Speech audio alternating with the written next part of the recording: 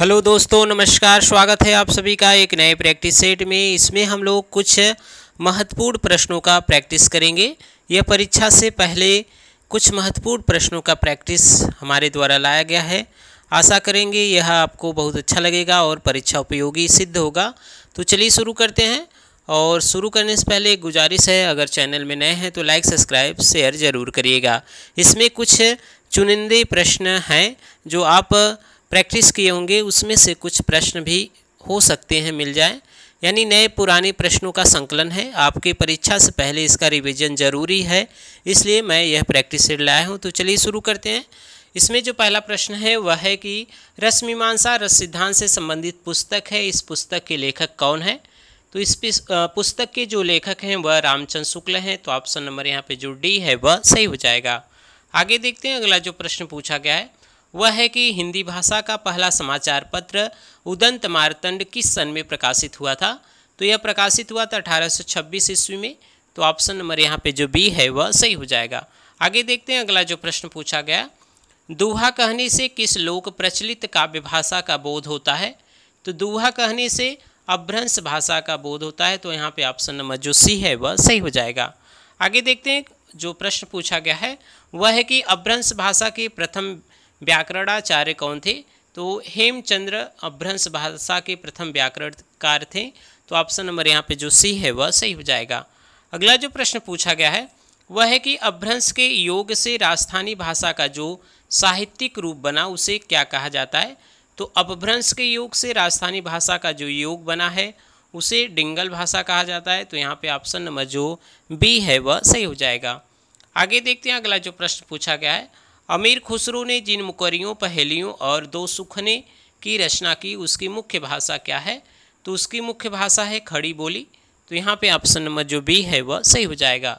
बढ़ते हैं, देखते हैं कुछ और जो प्रश्न पूछे गए हैं वह है कि देवनागरी लिपि को राष्ट्रलिपि के रूप में कब स्वीकार किया गया था? तो 14 सितंबर 1949 को देवनागरी लिपि को राष्ट्रलिपि के रूप में स्वीकार किया गया था। तो ऑप्शन नंबर यहाँ पे जो ए है वह सही हो जाएगा। अगला जो प्रश्न पूछा गया है वह क्या पूछा गया है? अगला प्रश्न है कि रानी केतकी कहानी की भाषा को क्या कहा जाता है? तो रानी केतकी कहानी जो है वह खड़ी बोली में है। तो ऑप्शन नंबर यहाँ पे जो ए है वह सही हो जाएगा। अगला जो प्रश्न पूछा गया उसे देखते हैं। अगला जो प्रश्न है यहाँ पे वह है कि देवनागरी लिपि का विकास किस लिपि से हुआ है? तो ब्राह्मी लिपि से देवनागरी लिपि का विकास हुआ है। तो ऑप्शन नंबर यहाँ पे जो सी है वह सही हो जाएगा। आगे देखते हैं। अगला जो प्रश्न पूछा गया है वह है कि मध्यकालीन भारतीय आर्य भाषाओं की स्थिति काल क्या रही? यानी मध्यकालीन भारतीय आर्य भाषाओं की जो समय सीमा है वह क्या है? तो वह है 1500 ईसा पूर्व से 1000 ईस्वी तक। तो यहाँ पे ऑप्शन नंबर जो डी है वह सही हो जाएगा। आगे देखते हैं। अगला जो प्रश्न पूछा गया है वह क्या है? कामता प्रसाद गुरु का हिंदी व्याकरण विषय ग्रंथ जो नागरी पचाड़ी सभा काशी से प्रकाशित हुआ था उसका नाम क्या है, यह बताना है। तो कामता प्रसाद गुरु का हिंदी व्याकरण जो ग्रंथ है वह हिंदी व्याकरण के नाम से है। तो यहाँ पे ऑप्शन नंबर जो सी है वह क्या हो जाएगा, सही हो जाएगा। आगे देखते हैं। अगला जो प्रश्न पूछा गया है देवनागरी लिपि क्या है?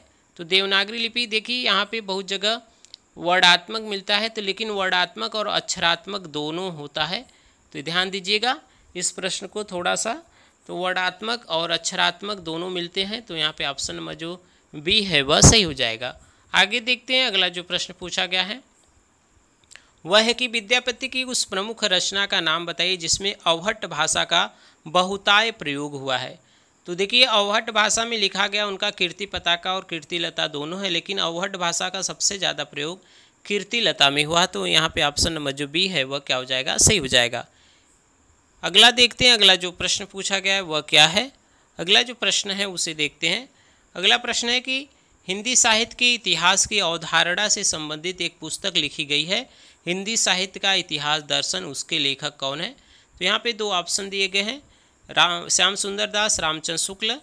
तो और दो ऑप्शन इधर दिए गए हैं। तो इसमें जो सही उत्तर होगा वह नलिन बिलोचन शर्मा का है, भारतीय जो प्रश्न है। तो ऑप्शन नंबर यहाँ पे जो सी है वह सही हो जाएगा। चलिए देखते हैं। अगला जो प्रश्न पूछा गया, जॉर्ज ग्रियर्सन का इतिहास ग्रंथ modern vernacular literature of northern Hindustan का प्रकाशन कब हुआ था? तो यह जो इतिहास ग्रंथ है इसका प्रकाशन 1888 ईस्वी में हुआ था। तो ऑप्शन नंबर यहाँ पे जो बी है वह सही हो जाएगा। अगला जो प्रश्न पूछा गया है, इनमें से किस इतिहासकार ने सर्वप्रथम रीतिकालीन कवियों के सर्वाधिक परिचयात्मक विवरण दिए हैं? तो वह दिया गया है मिश्रबंधु द्वारा। तो यहाँ पे ऑप्शन नंबर जो डी है वह क्या हो जाएगा, सही हो जाएगा। अगला जो प्रश्न पूछा गया है वह है कि हिंदी साहित्य का अतीत भाग 1 के लेखक कौन है? तो हिंदी साहित्य का अतीत जो लिखा गया है वह विश्वनाथ प्रसाद मिश्र के द्वारा। तो यहाँ पे ऑप्शन नंबर जो बी है वह सही हो जाएगा। आगे देखते हैं अगला जो प्रश्न पूछा गया है वह है कि भक्तमाल भक्ति काल के कवियों की प्राथमिक जानकारी देता है, इसके रचयिता कौन है? तो भक्तमाल के जो रचयिता हैं वह नाभादास हैं। तो यहाँ पे ऑप्शन नंबर जो बी है वह सही हो जाएगा। आगे देखते हैं अगला जो प्रश्न है। अगला जो प्रश्न पूछा गया वह क्या पूछा गया उसे देखते हैं। अगला प्रश्न है कि आचार्य विश्वनाथ मिश्र ने रीतिकाल को श्रृंगार काल नाम दिया है, लेकिन उन्होंने इस पर जो ग्रंथ लिखा उसका नाम हिंदी का श्रृंगार काल नहीं बल्कि उसका नाम क्या है? तो उसका जो नाम है वह है हिंदी साहित्य का अतीत भाग 2। तो यहाँ पे ऑप्शन नंबर जो डी है वह सही हो जाएगा। आगे देखते हैं अगला जो प्रश्न पूछा गया वह क्या पूछा गया है। अगला प्रश्न है कि हरिश्चंद्री हिंदी इस शब्द का प्रयोग किस इतिहासकार ने अपने इतिहास ग्रंथ में किया है?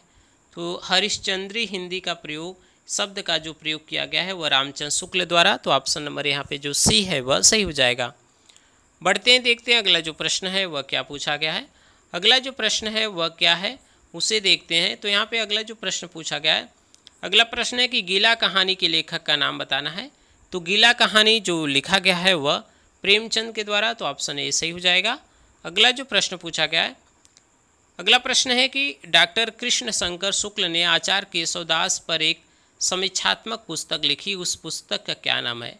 तो यह बताना है। तो यहाँ पे जो पुस्तक का जो नाम है वह है केशव की काव्य कला। तो ऑप्शन नंबर यहाँ पे जो डी दिया गया है वह क्या हो जाएगा, सही हो जाएगा। आगे देखिए जो प्रश्न पूछा गया है, गंगा अवतरण काव्य की रचयिता कौन है यह बताना है। तो गंगा अवतरण जो काव्य है वह जगन्नाथ दास रत्नाकर का है। तो यहाँ पे ऑप्शन नंबर जो बी है वह सही हो जाएगा। अगला जो प्रश्न पूछा गया है वह है कि छायावादी कवियों ने जब आध्यात्मिक प्रेम को अपनी कविताओं में व्यक्त किया तो ऐसी कविताओं को किस वाद के अंतर्गत रखा गया है? तो ऐसी कविताओं को रहस्यवाद के अंतर्गत रखा गया है। तो यहाँ पे ऑप्शन नंबर जो सी है वह सही हो जाएगा। आगे देखते हैं अगला जो प्रश्न पूछा गया है, परिवर्तन नामक कविता सर्वप्रथम सुमित्रानंद पंत के किस कविता संग्रह में संकलित हुई थी? तो परिवर्तन नामक जो कविता है वह सुमित्रानंदन के जो कविता है पल्लव उसमें संकलित हुआ था। तो ऑप्शन ए सही हो जाएगा। अगला जो प्रश्न पूछा गया है, भिखारी दास की रचना का नाम बताना है। तो इनकी जो रचना है वह काव्य निर्णय है। तो यहाँ पे ऑप्शन नंबर जो ए है वह सही हो जाएगा। अगला जो प्रश्न पूछा गया है वह है कि यह प्रेम को पंथ कराल महा तलवारी की धार पे धावनु है, इस पंक्ति के रचयिता कौन है? तो यह बोधा कवि का एक महत्वपूर्ण पंक्ति है। तो यहाँ पे ऑप्शन नंबर जो बी है वह सही हो जाएगा। आगे देखते हैं अगला जो प्रश्न पूछा गया, आचार्य केशवदास को कठिन काव्य का प्रेत किस आलोचक ने कहा है? तो आचार्य केशवदास को कठिन काव्य का प्रेत जो कहा गया है वह कहा गया है रामचंद्र शुक्ल द्वारा। तो यहाँ पे ऑप्शन नंबर जो डी है वह सही हो जाएगा। अगला जो प्रश्न है उसे देखते हैं। अगला प्रश्न है कि बूंदी नरेश महाराज भाव सिंह का आश्रित कवि निम्नलिखित में से कौन था? तो यहाँ पे जो दिए गए हैं मतीराम, जो मतीराम थे वे बूंदी नरेश भाव सिंह के आश्रय में रहते थे। तो ऑप्शन नंबर यहाँ पे जो सी है वह सही हो जाएगा। अगला जो प्रश्न पूछा गया उसे देखते हैं। अगला प्रश्न है कि भूषण का निम्नलिखित में से कौन सा लक्षण ग्रंथ है? तो यहाँ पे देखिए जो लक्षण ग्रंथ है वह है शिवराज भूषण। इसमें अलंकार ग्रंथ के बारे में बताया गया, यानी अलंकार के बारे में चर्चा किया गया है। तो यहाँ पे ऑप्शन नंबर जो ए है वह क्या हो जाएगा, सही हो जाएगा। और इसमें 105 अलंकारों के बारे में बताया गया है। तो ऑप्शन नंबर 1 सही हो जाएगा। चलिए देखते हैं अगला जो प्रश्न है। अगला जो प्रश्न है वह क्या पूछा गया है। अगला प्रश्न है कि बालमुकुंद गुप्त के शिव शंभू के चिट्ठे का वर्ड विषय क्या है यह बताना है। तो बालमुकुंद का जो शिव शंभू के चिट्ठे है उसमें लॉर्ड कर्जन के नौकरशाही पर चुभते हुए व्यंग किए गए हैं। तो ऑप्शन नंबर यहाँ पे जो बी है वह सही हो जाएगा। देखते हैं अगला जो प्रश्न पूछा गया वह क्या है। अगला जो प्रश्न है वह है कि निम्नलिखित में से किस रचना की सर्वाधिक टीकाएँ लिखी गई हैं।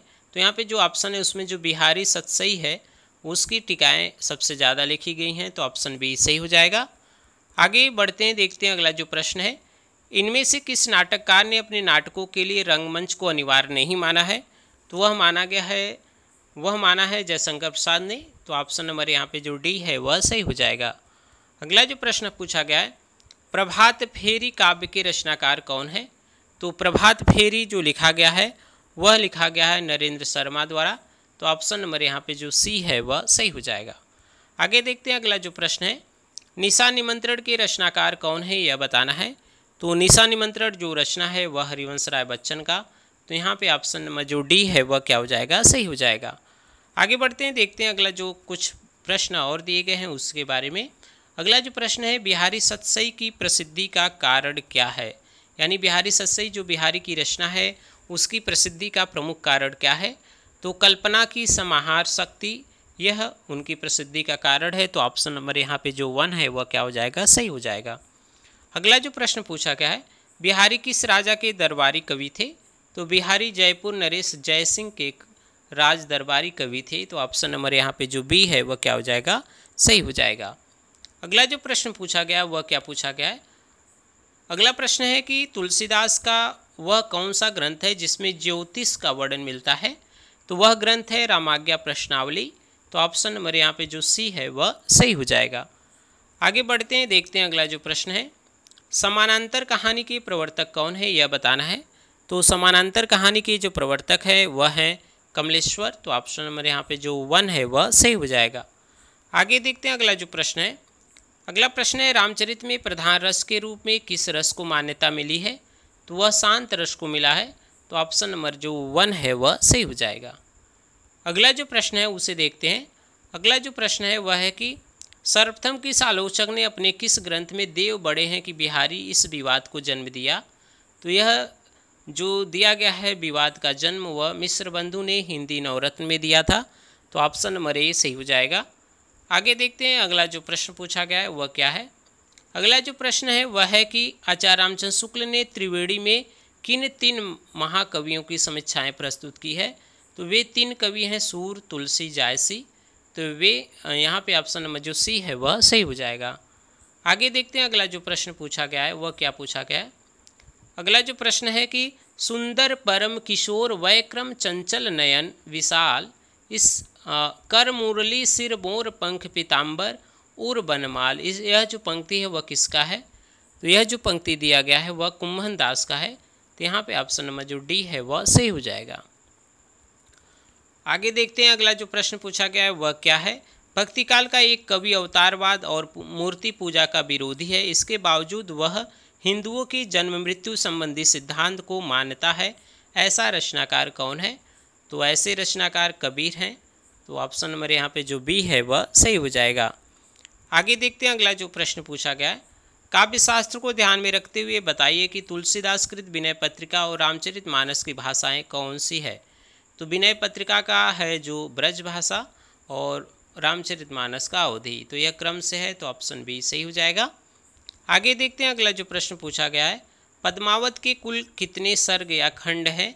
तो इसमें 57 खंड है, यह जायसी की रचना है। तो ऑप्शन ए सही हो जाएगा। आगे देखते हैं अगला जो प्रश्न पूछा गया है, जायसी ग्रंथावली की संपादक कौन है यह बताना है। तो जायसी ग्रंथावली की जो संपादक हैं वह रामचंद्र शुक्ल हैं। तो ये ऑप्शन नंबर यहाँ पे जो डी है वह सही हो जाएगा। आगे देखते हैं अगला जो प्रश्न है, दोहा छंद में श्रृंगारी रचना प्रस्तुत करने वाले हिंदी के सर्वाधिक ख्यातिबद्ध कवि कौन है? तो दोहा छंद में जो श्रृंगारी रचना प्रस्तुत किया गया है वह बिहारी द्वारा और यह हिंदी के प्रसिद्ध कवि हैं। तो ऑप्शन यहाँ पे जो बी है वह सही हो जाएगा। आगे देखते हैं अगला जो प्रश्न है। अगला प्रश्न है कि लहरे व्योम चुमती उठती चपलाए असंक नाचती पंक्ति जयशंकर प्रसाद के किस रचना का अंश है? तो यह जो रचना है कामायनी उससे लिया गया है। तो ऑप्शन डी सही हो जाएगा। आगे देखते हैं अगला जो प्रश्न पूछा गया, अब चपला पहुँची बीच धार छिप गया चांदनी का कगार पंक्ति सुमित्रानंद पंत के किस कविता का है? तो यह नौका विहार से लिया गया है। तो यहाँ पे जो ऑप्शन नंबर यहाँ पे जो हो जाएगा वह ऑप्शन नंबर डी यहाँ पे सही हो जाएगा। आगे देखते हैं अगला जो प्रश्न पूछा गया है। अगला जो महत्वपूर्ण प्रश्न दिया गया है वह है कि अगला जो प्रश्न है, निराला के राम तुलसी के राम से भिन्न है और भवभूति के राम के निकट है, यह कथन किस हिंदी आलोचक का है? तो यह जो कथन है वह रामविलास शर्मा का है। तो ऑप्शन नंबर यहाँ पे जो सी है वह सही हो जाएगा। बढ़ते हैं, देखते हैं अगला जो प्रश्न पूछा गया है। राम की शक्ति पूजा में निराला की इन दो कविताओं का सार तत्व समाहित है। तो वह जो कविताएं हैं वह है जागो फिर एक बार और तुलसीदास। तो यहाँ पे ऑप्शन नंबर जो डी है वह क्या हो जाएगा? सही हो जाएगा। अगला जो प्रश्न पूछा गया है वह क्या है, उसे देखते हैं। किस छायावादी कवि ने संवाद शैली का सर्वाधिक उपयोग किया गया है? तो संवाद शैली का जो प्रयोग किया गया है वह सबसे ज़्यादा निराला द्वारा। तो ऑप्शन नंबर यहाँ पे जो डी है वह सही हो जाएगा। अगला जो प्रश्न पूछा गया है, व्यवस्था प्रियता और विद्रोह का विलक्षण संयोग किस प्रयोगवादी कवि में सबसे अधिक मिलता है? तो यह जो मिलता है वह सबसे ज़्यादा, यहाँ पे जो सही उत्तर हो जाएगा वह अज्ञे। तो ऑप्शन नंबर यहाँ पे जो डी है वह क्या हो जाएगा? सही हो जाएगा। आगे देखते हैं, अगला जो प्रश्न है, वह उस महत्ता का हम शरीकों के लिए उपयोग, उस आंतरिकता का बताता मैं महत्व। यह जो पंक्ति है मुक्तिबोध की किस कविता से लिया गया है? तो यह जो कविता से लिया गया है वह कविता है ब्रह्म राक्षस। तो यहाँ पे ऑप्शन नंबर जो 1 है वह सही हो जाएगा। आगे देखते हैं, अगला जो प्रश्न है, अकाल और उसके बाद नामक कविता के रचनाकार कौन है? तो अकाल और उसके बाद यह नागार्जुन का बहुत ही प्रसिद्ध कविता है। तो यहाँ पे ऑप्शन नंबर जो सी है वह सही हो जाएगा। आगे बढ़ते हैं, देखते हैं कुछ और जो महत्वपूर्ण प्रश्न दिए गए हैं। वह है कि भारतेंदुकृत भारत दुर्दशा किस साहित्यिक रूप का हिस्सा है? तो यह नाटक साहित्य है। तो यहाँ पे ऑप्शन नंबर जो बी है वह क्या हो जाएगा? सही हो जाएगा। आगे जो प्रश्न दिया गया उसे देखते हैं। दलित साहित्य का सौंदर्य शास्त्र पुस्तक किसने लिखा? तो दलित साहित्य का जो सौंदर्य शास्त्र पुस्तक लिखा गया है वह लिखा गया है ओम प्रकाश वाल्मीकि द्वारा। तो ऑप्शन नंबर यहाँ पे जो 1 है वह क्या हो जाएगा? सही हो जाएगा। चलिए देखते हैं कुछ और जो महत्वपूर्ण प्रश्न है। वह है कि स्त्री विमर्श की प्रथम लेखिका कौन है? तो वह महादेवी वर्मा है। तो ऑप्शन नंबर ए सही हो जाएगा। अगला जो प्रश्न पूछा गया है, स्त्री विमर्श औरत के लिए औरत की लेखिका कौन है? तो स्त्री विमर्श औरत के लिए औरत की जो लेखिका है वह नासिरा शर्मा है। तो यहाँ पे ऑप्शन नंबर जो सी है वह सही हो जाएगा। बढ़ते हैं, देखते हैं अगला जो प्रश्न है, ज्ञानपीठ पुरस्कार पाने वाले प्रथम हिंदी कवि कौन है?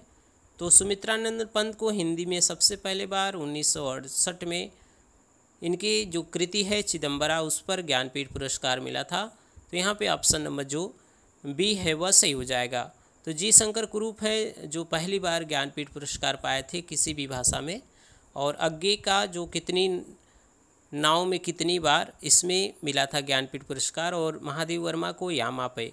तो याद रखिएगा इन सभी को। चलिए अगला देखते हैं, वर्ष 2005 का ज्ञानपीठ पुरस्कार किसे मिला था यह बताना है। तो 2005 का जो ज्ञानपीठ पुरस्कार मिला था वह कुंवर नारायण को। तो ऑप्शन नंबर यहाँ पे जो डी है वह सही हो जाएगा। आगे देखते हैं, अगला जो प्रश्न है वह दिया गया है कि न कांतामपि निर्भूषम विभाति वनिता मुखम किस आचार्य का कथन है? तो न कांतामपि निर्भूषम विभाति वनिता मुखम यह भामा का कथन है। तो ऑप्शन नंबर यहाँ पे जो डी है वह क्या हो जाएगा? सही हो जाएगा। चलिए देखते हैं अगला जो प्रश्न पूछा गया है, चारुचंद्र की चंचल किरणें खेल रही जलथल में कौन सा अलंकार है? तो चारुचंद्र की चंचल किरणें खेल रही जलथल में जो अलंकार होगा यहाँ पे वह हो जाएगा वृत्यानुप्रास। तो ऑप्शन नंबर यहाँ पे जो डी है वह सही हो जाएगा। आगे देखते हैं, अगला जो प्रश्न है, नदियाँ जिनकी यशधारा सी बहती है अब भी निशिवासर में कौन सा अलंकार है? तो यहाँ पे जो अलंकार हो जाएगा वह हो जाएगा उपमा। तो ऑप्शन नंबर यहाँ पे जो डी है वह सही हो जाएगा। चलिए देखते हैं अगला जो प्रश्न पूछा गया वह क्या पूछा गया है। अगला जो प्रश्न है वह है कि वीर रस का स्थायी भाव क्या है? तो वीर रस का स्थायी भाव होता है उत्साह। तो ऑप्शन ए सही हो जाएगा। अगला जो प्रश्न है, भयानक रस का स्थायी भाव क्या होता है? तो भयानक रस का भय होता है। तो ऑप्शन डी सही हो जाएगा। अगला जो प्रश्न पूछा गया वह क्या है उसे देखते हैं। रोला माना जाता है। तो रोला एक सममात्रिक छंद है जिसके प्रत्येक चरण में 24-24 मात्राएं होती है तथा 11 और 13 पर यति होता है। तो यहाँ पे जो ऑप्शन नंबर बी है वह क्या हो जाएगा? सही हो जाएगा। चलिए देखते हैं अगला जो प्रश्न पूछा गया है वह क्या पूछा गया उसे देखते हैं। घ का उच्चारण स्थान क्या है? तो अकुह विसर्जनीय नाम कंठ होता है, तो यहाँ पे अ यानी यहाँ पे जो कंठ है वह सही हो जाएगा। अगला जो प्रश्न पूछा गया वह क्या है उसे देखते हैं। देखिए स्र का निर्माण किससे हुआ? तो स्र जो बनता है आधा स और र से, तो यहाँ ऑप्शन सी सही हो जाएगा। आधा त और र से त्र बनता है, आधा क और श से बनता है छत्री छ, और यहाँ पे जो बनता है ज बनता है ज्ञ बनता है, जो ज्ञ बनता है वह बनता है आधा ज और य से, तो इसे याद रखिएगा। चलिए देखते हैं अगला जो प्रश्न पूछा गया वह क्या है। तो यहाँ पे ऑप्शन नंबर जो सी है वह सही हो जाएगा।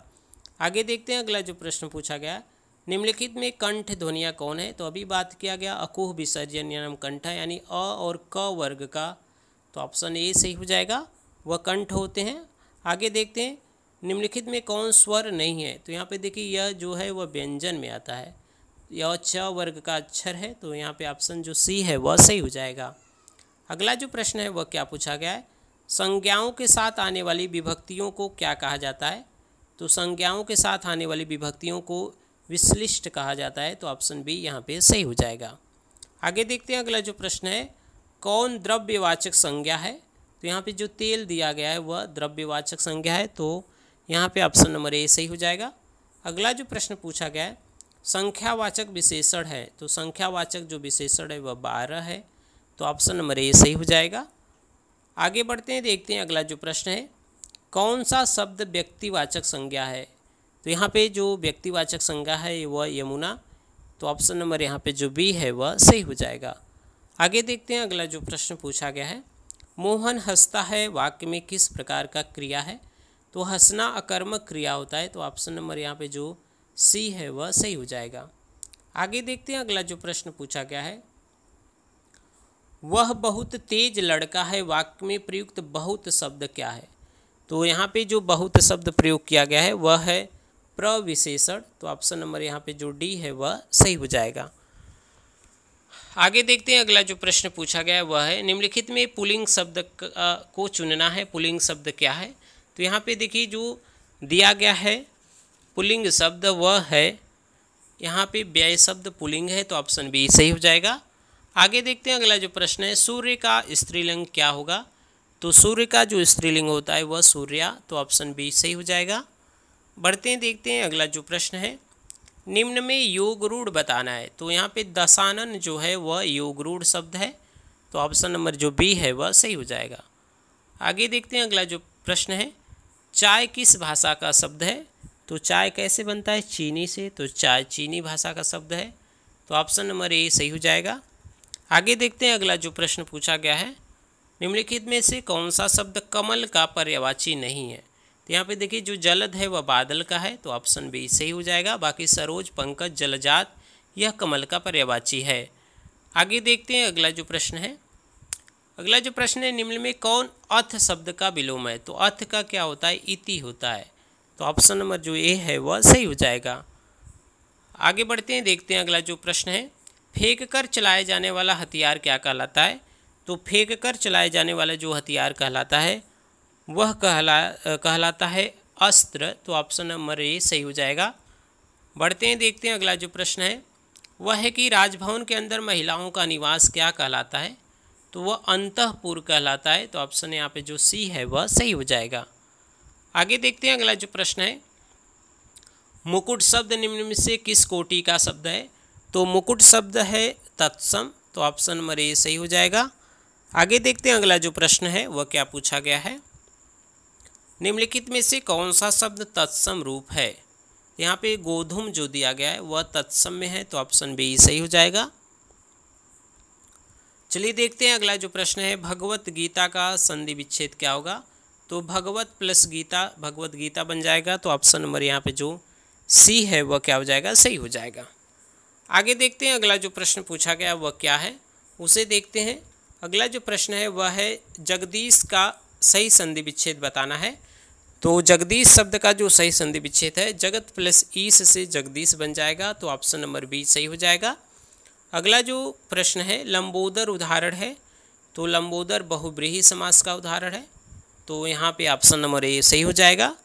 आगे देखते हैं अगला जो महत्वपूर्ण प्रश्न दिया है, शुद्ध वर्तनी बताना है। तो पैतृक जो सही रूप में लिखा है वह ऑप्शन नंबर 1 में, तो यहाँ पे ऑप्शन नंबर जो 1 है वह सही हो जाएगा। आगे देखते हैं अगला जो प्रश्न पूछा है कि शुद्ध शब्द का चयन करना है। तो यहाँ पे जो शुद्ध शब्द देखिए, पूजनी गलत है, उज्ज्वल गलत है, ज्योत्सना गलत है, तो परिपार्श्विक यहाँ पे जो है वह सही है। तो ऑप्शन नंबर यहाँ पे जो सी है वह सही हो जाएगा। आगे देखते हैं अगला जो प्रश्न है, बहाव शब्द में प्रयुक्त प्रत्यय कौन सा है यह बताना है। तो बहाव शब्द में जो प्रत्यय प्रयुक्त हुआ है वह प्रयुक्त हुआ है आव, तो ऑप्शन नंबर यहाँ पे जो सी है वह क्या हो जाएगा, सही हो जाएगा। आगे देखते हैं अगला जो प्रश्न है, किस शब्द में उपसर्ग का प्रयोग हुआ है। तो यहाँ पे जो उपसर्ग का जो प्रयोग किया गया है वह किया गया है उपकार में, तो ऑप्शन ए सही हो जाएगा।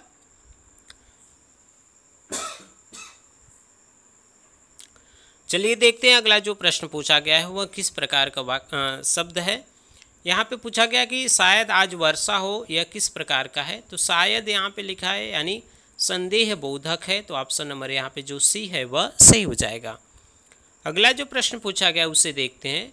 तुलसीदास ने कहा कि विनाश काल में मनुष्य की बुद्धि भ्रष्ट हो जाती है, यह किस प्रकार का वाक्य है।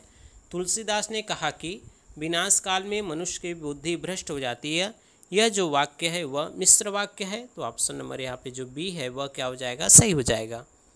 आगे देखते हैं अगला जो प्रश्न पूछा गया है, कौन सा वाक्य सही है यह बताना है। तो यहाँ पे जो 4 ऑप्शन है उसमें जो सही वाक्य है वह हो जाएगा बैल और बकरी घास चरते हैं, तो ऑप्शन नंबर यहाँ पे जो बी है वह सही हो जाएगा। आगे देखते हैं अगला जो प्रश्न है, कागजी घोड़े दौड़ाना, इस मुहावरे का अर्थ क्या होगा। तो यानी व्यर्थ का लिखा पढ़ी करना, तो ऑप्शन नंबर यहाँ पे जो सी है वह सही हो जाएगा। आगे बढ़ते हैं, देखते हैं अगला जो प्रश्न है वह क्या पूछा गया है। अगला जो प्रश्न है, 3 दिन मेहमान चौथे दिन हवान, इस लोकोक्ति का क्या अर्थ होगा। तो इसका मतलब होता है आतिथ्य थोड़े दिन का अच्छा होता है, तो यहाँ पे ऑप्शन नंबर जो ए है वह सही हो जाएगा। बढ़ते हैं, देखते हैं अगला जो प्रश्न है वह क्या पूछा गया है। निम्नलिखित सूचियों को सुमेलित करना है। तो यहाँ पे जो दिया गया है वह कालिदास का जो है वह ऋतु संहार है, भवभूति का उत्तर रामचरितम, दंडी का 10 कुमार चरितम, बाण भट्ट का कादम्बरी, श्रीहर्ष का नैषधि चरितम। तो यह सही रूप है, आप इसे याद रखिएगा। आगे देखते हैं अगला जो प्रश्न है, निम्नलिखित में कौन सी रचना लघुत्रयी में नहीं आती। तो यहाँ पे जो ऋतु संहार है वह लघुत्रयी में नहीं आता है, तो ऑप्शन डी सही हो जाएगा। बढ़ते हैं, देखते हैं अगला जो प्रश्न है, माघ की लिखी कितनी रचनाएं प्राप्त होती है। तो केवल एक है शिशुपाल वध, जिसमें 20 सर्ग है, तो ऑप्शन ए सही हो जाएगा। ऑप्शन डी सही हो जाएगा, याद रखिएगा ऑप्शन डी यहाँ पे सही हो जाएगा। आगे देखते हैं अगला जो प्रश्न है, अस्मद शब्द का तृतीया विभक्ति में रूप क्या चलता है। तो वह चलता है यहाँ पे अस्मद का जो दिया गया है वह मया अवाभ्याम अस्मा भी, तो ऑप्शन नंबर यहाँ पे जो बी है वह क्या हो जाएगा, सही हो जाएगा। अगला जो प्रश्न है, अगला प्रश्न है कि कष्टापन्न शब्द में समास है। तो कष्टापन्न यानी कष्ट से युक्त जो होता है, तो यानी तत्पुरुष समास यहाँ पे हो जाएगा। अगला जो प्रश्न पूछा गया है, राष्ट्रीय काव्यधारा की कृति क्या है। तो यहाँ पे जो राष्ट्रीय काव्यधारा की कृति है वह भारत भारती है, जो गुप्त द्वारा, मैथिली शरण गुप्त द्वारा रचित है। 1912 ईस्वी में इसका प्रकाशन हुआ था, तो ऑप्शन बी यहाँ पे सही हो जाएगा। देखते हैं अगला जो प्रश्न पूछा गया है वह क्या है। अगला जो प्रश्न है वह है कि कोणार्क नाटक के रचयिता कौन है, यानी कोणार्क नाटक के लेखक कौन है। तो यह जो नाटक है वह जगदीश चंद्र माथुर का, तो ऑप्शन बी सही हो जाएगा। आगे देखते हैं अगला जो प्रश्न है, प्रेमचंद का वास्तविक नाम पूछा गया है। तो धनपत राय इनका वास्तविक नाम है और नवाब राय के नाम से यह उर्दू में लिखते थे, तो यहाँ पे ऑप्शन नंबर जो ए है वह सही हो जाएगा। आगे देखते हैं अगला जो प्रश्न है, ऐतिहासिक उपन्यासकार के रूप में कौन विख्यात है। तो ऐतिहासिक उपन्यासकार के रूप में जो विख्यात हैं वह वृंदालाल वर्मा है, तो यहाँ पे ऑप्शन नंबर जो बी है वह सही हो जाएगा। आगे बढ़ते हैं, देखते हैं अगला जो प्रश्न है, हिंदी प्रदीप के संपादक कौन है। तो हिंदी प्रदीप बालकृष्ण भट्ट हैं, तो ऑप्शन नंबर यहाँ पे जो बी है वह सही हो जाएगा। देखते हैं कुछ और जो महत्वपूर्ण प्रश्न दिए गए वह क्या है। नासिकेतोपाख्यान की रचयिता कौन है। तो नासिकेतोपाख्यान जो है वह सदल मिश्र की रचना है, तो यहाँ पे ऑप्शन नंबर जो ए है वह सही हो जाएगा। अगला जो प्रश्न पूछा गया है, सगुण भक्ति के विरोधी कौन थे। तो सगुण भक्ति के जो विरोधी यानी कबीर यहाँ पे निर्गुण पंथी थे, तो ऑप्शन नंबर बी सही हो जाएगा। अगला जो प्रश्न पूछा गया है वह है कि भूषण की कविता का प्रधान रस क्या है, तो वे वीर रस में प्रशस्ति परक कविता लिखते थे, तो यहाँ पे ऑप्शन नंबर जो सी है वह सही हो जाएगा। बढ़ते हैं, देखते हैं अगला जो प्रश्न है। अभिव्यंजनावाद को भारतीय वक्रोक्तिवाद का विलायती उत्थान किसने कहा है, तो अभिव्यंजनावाद को भारतीय वक्रोक्तिवाद का विलायती उत्थान जो कहा गया है वह कहा गया है रामचंद्र शुक्ल द्वारा, तो यहाँ पे ऑप्शन नंबर जो बी है वह सही हो जाएगा। आगे देखते हैं अगला जो प्रश्न पूछा गया है, इनमें से एक जीवनी परक उपन्यास है, तो यहाँ पे जो खंजन न्याय दिया गया है वह अमृतलाल नागर का सूरदास के जीवन पे आधारित उपन्यास है, तो ऑप्शन ए सही हो जाएगा। आगे बढ़ते हैं, देखते हैं अगला जो प्रश्न है। अगला जो प्रश्न है कि ए लड़की किसकी रचना है, तो यह जो उपन्यास है ए लड़की वह लिखा गया है कृष्णा सोबती द्वारा, तो ऑप्शन नंबर यहाँ पे जो बी है वह सही हो जाएगा। अगला जो प्रश्न है उसे देखते हैं। वर्षा वशिष्ठ किस रचना की नायिका है, तो वर्षा वशिष्ठ बहुत बार पूछा जाता है। मुझे चांद चाहिए जो सुरेंद्र वर्मा का उपन्यास है उसकी प्रमुख पात्र हैं वर्षा वशिष्ठ, तो यहाँ पे ऑप्शन नंबर जो 1 है वह सही हो जाएगा। अगला जो प्रश्न है, रीति संप्रदाय के प्रवर्तक कौन है, तो रीति संप्रदाय के प्रवर्तक हैं, रीति संप्रदाय के जो प्रवर्तक है वह वामन है, तो ऑप्शन ए सही हो जाएगा। आगे देखते हैं अगला जो प्रश्न है, 8वां सर्ग नाटक किसने लिखा, तो 8वां सर्ग लिखा गया है सुरेंद्र वर्मा द्वारा, तो यहाँ पे ऑप्शन नंबर जो ए है वह सही हो जाएगा। बढ़ते हैं, देखते हैं अगला जो प्रश्न है। अगला जो प्रश्न यहाँ पे ऑप्शन बी सही हो जाएगा, ध्यान दीजिएगा, सुरेंद्र वर्मा ऑप्शन बी सही हो जाएगा। अगला जो प्रश्न है, सिंह सेनापति किसका उपन्यास है यह बताना है, तो सिंह सेनापति यह जो उपन्यास है वह राहुल संस्कृत्यायन का, तो ऑप्शन नंबर यहाँ पे जो बी है वह सही हो जाएगा। बढ़ते हैं, देखते हैं अगला जो प्रश्न है। अगला जो प्रश्न है, दुख ही जीवन की कथा रही क्या कहूँ आज जो नहीं कही, यह कविता किस कविता का अंश है यानी वाक्य है, तो यहाँ पे जो निराला की जो कविता है सरोज स्मृति उसका वाक्य है, दुख ही कथा जीवन की कथा रही क्या कहूँ जो आज नहीं कही। अगला जो प्रश्न पूछा गया वह है क्या है, संवेदात्मक ज्ञान और ज्ञानात्मक संवेदन सूत्र का प्रयोक्ता कौन माने जाते हैं, तो वह माना जाता है मुक्तिबोध को, तो यहाँ पे ऑप्शन नंबर जो सी है वह क्या हो जाएगा, सही हो जाएगा। अगला जो प्रश्न पूछा गया उसे देखते हैं। अगला जो प्रश्न है वह है काव्यालंकार सूत्रवृत्ति किसकी रचना है यह बताना है, तो काव्यालंकार सूत्रवृत्ति जो रचना है वह रचना है यहाँ पे जो ऑप्शन दिए गए हैं उसमें जो ऑप्शन सी वामन सही हो जाएगा। अगला जो प्रश्न है वह क्या दिया गया उसे देखते हैं। भोलाराम का जीव किस विधा की रचना है, तो यह जो लिखा गया है वह व्यंग है जो हरिशंकर प्रसाद द्वारा लिखा गया, तो ऑप्शन नंबर यहाँ पे जो डी है वह क्या हो जाएगा, सही हो जाएगा। अगला जो प्रश्न पूछा गया है, फतांसी का प्रयोग किस कवि ने सर्वाधिक किया है, तो फतांसी का प्रयोग जो किया गया है वह हिंदी में मुक्तिबोध द्वारा किया गया है, तो ऑप्शन नंबर यहाँ पे जो सी है वह सही हो जाएगा। यह 125 महत्वपूर्ण प्रश्न थे। एक नए वीडियो में एक नए प्रैक्टिस सेट के साथ हम जरूर हाजिर होंगे, तब तक के लिए आप सभी का बहुत बहुत धन्यवाद।